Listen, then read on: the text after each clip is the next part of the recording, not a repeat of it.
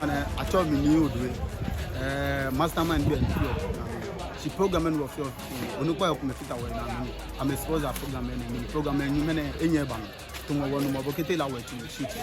All of them are need you work Bobu if you tie working or if your professor king or if you will cheap if you tie then what MC no if I need to money program no of your every year of your in this year no of your I believe I need to work. Ni mama Sani mama if you feel because I believe any year is money fali ni but Sani was our mom only mama if you fali only organizing the program only mom be any your mom about what only was a mom only get boy any baba I mean I get woman the one who organizing the program or from money if I never couldn't one year was our mom only man be cheap only bone baba in I get no one man take no one was more for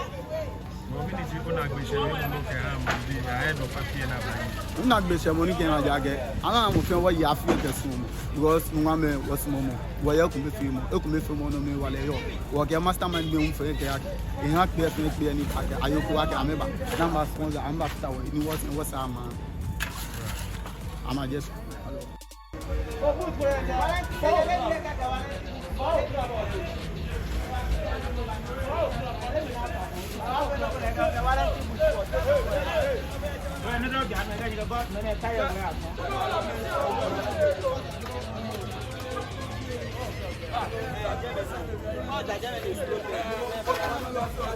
What about that's your big friend?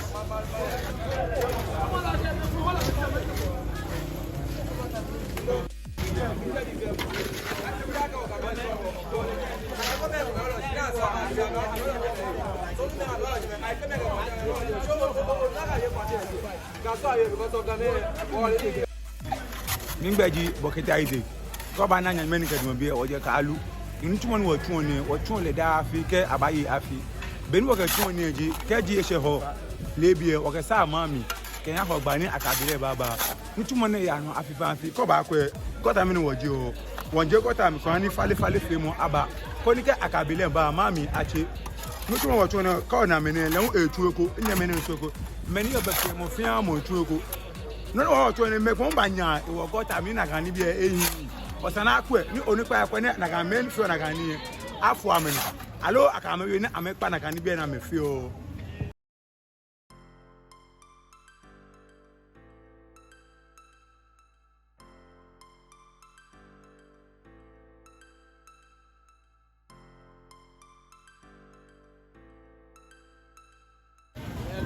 One yapa, apa ni yo, je to ma pe wo. One sama ni ma pe fale. Abele na ke baba, ko ni ma mi ache. E aka abele eye so e wo ma mi afe fita e awo. Mo mi no ko nye me na me hia na me ba tu. Inye me ni nye yo hia ni nye ba tu ni na ke ba tu nye ba tu e. Won tu anye, kenye te hia nye ke ball awo agota, wo ba fine ni nye.